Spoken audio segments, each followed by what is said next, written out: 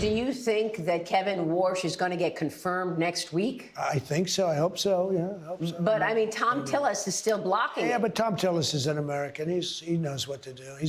I think let's see what happens. Will you tell or at least advise Judge Jeanine to end that criminal probe into Jay Powell so that Tom Tillis... Well, it's really more than that. It's more than a criminal probe. It's a criminal probe, I guess, but it's also a probe on incompetence. How do you take a little building? I built a hotel for $201 million that's bigger than that building. So whether it's incompetence, corruption, or both, I think you have to find out. I really do. I think you have to find out. So you're not going to drop the probe? I have to find out. And he said he's not leaving if, you know... Well, then I'll have to fire him, okay? If he's not leaving on time, I've held back firing him. President Trump telling Maria this week he expects Kevin Warsh will be confirmed next week as the new chairman of the Federal Reserve. He's also threatening to fire Jerome Powell if he does not leave next month, while the DOJ investigates his comments surrounding the Federal Reserve renovations. Now, Republicans remain split on the decision to move forward with the DOJ probe. Senator Tom Tillis blocking Warsh's confirmation until the investigation's dropped. I want to bring in North Dakota Senator Kevin Cramer. Senator, you're on Senate banking. You're going to be taking up that hearing. What are you expecting? Well, first of all, Cheryl, I'm glad we're having the hearing. I think that's an important part of this because I want the public to see Kevin Warsh and just see how outstanding he is. Because I think the more you learn about Kevin, the more you watch him perform, the more you listen to his ideas. The stability of tradition along with the opportunity of innovation. I think he's the perfect person for the job, and I think that will help pave the way for the next steps, which would be, of course, a markup out of the committee and then a passage on the floor of his confirmation. But in the meantime, as per your segment, obviously we have this little issue with Tom Tillis, Senator Tillis, who's on the committee. We don't have enough votes on the Republican side to pass him out without Democratic votes. So the hearing's a good first step. I hope we can move this quickly. Well, then what happens? Because the other side of this, which you heard the president with Maria, that he believes that the Federal Reserve, the construction, the building, this should continue to be investigated. He's frustrated with Jerome Powell. So, that means that maybe Judge Jeanine isn't going to let this go. And that means Tillis isn't going to let this go. Where does that leave us? All of that's true. Well, there are a couple of things I would say. One is there are other ways to move the confirmation to the floor without a recommendation from the committee. That's a little more cumbersome, and I'd rather we not have to do that.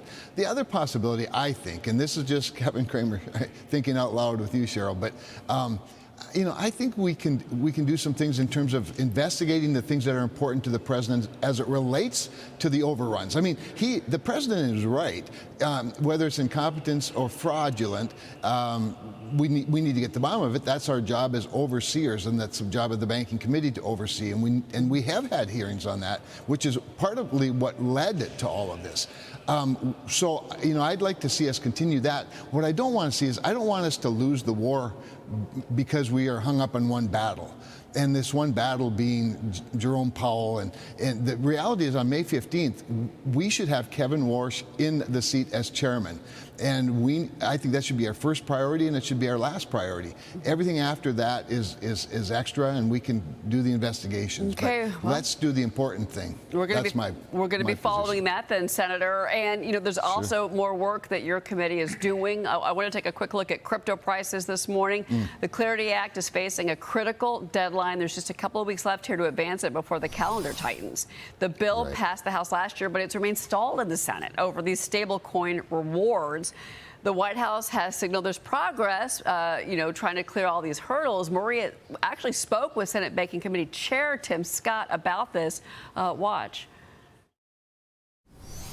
When do you expect the markup of Clarity? Number one, the rewards issue, I believe we'll have that solved within the next 2 weeks. Number two, we got to make sure that the DeFi piece is in place, and I believe that is almost as close as the rewards piece. And then number three, we need to make sure that every single Republican's on the same page at the same time. And frankly, I think that takes another couple of weeks for us to get there as well. So I'm optimistic that as we head into summer, we'll be done with the issue of the Clarity Act. Senator, you're a member of Senate Banking Committee. What are your expectations for this? So I think Chairman Scott laid it out pretty well. I would say his third point, that is Republican unity, depends greatly on the first two. I think he's right. I think we can get there. I think the DeFi piece we can certainly get to. I mean, decentralized finance is really all about crypto. It's all about blockchain. So we want to get it right, but I think we can get there. It's really, in my view anyway, it really comes down to the stable coin yield issue that he spoke of. I'm getting more comfortable with it. We're having many, many discussions with individuals, even member to member. In fact, I have an important one next week with Cynthia Lummis. The White House has done good work. The Council of Economic Advisors has done some good work on just what is the real impact to bank deposits, particularly with community banks, as it relates to this issue.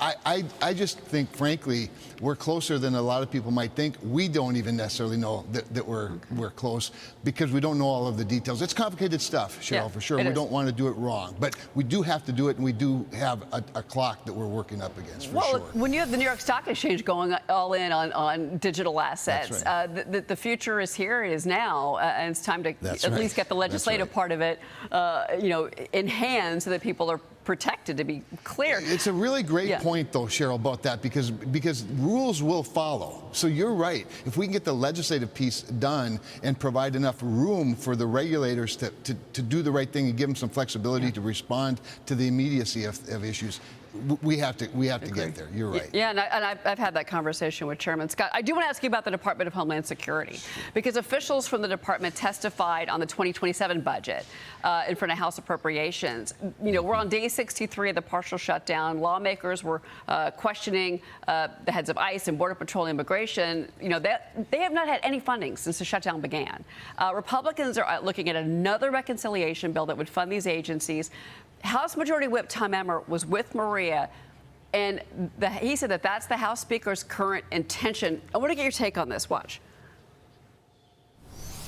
You've got a lot of priorities. You got the priorities for defense spending. The president wants a $1.5 trillion defense budget. You've also got the Save America Act. Are you expecting to do another reconciliation before the midterms then? That is our Speaker's intention.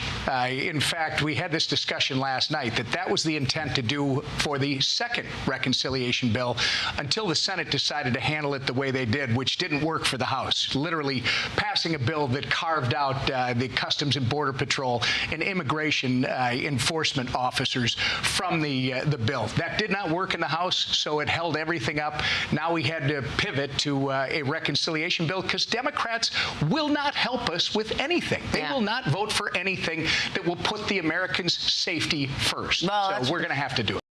Okay, Senator, and I think we all can agree with what he just said there, but it's the how you do it, because, Senator Thune says this has to be quick, decisive reconciliation. Senator Graham says it's got to be focused. Everything's got to be clean, tight, just to pass it through. But then Tommy Tuberville is saying, I want to stuff as much stuff as I can get in here. Yeah. Save America, let's throw that in.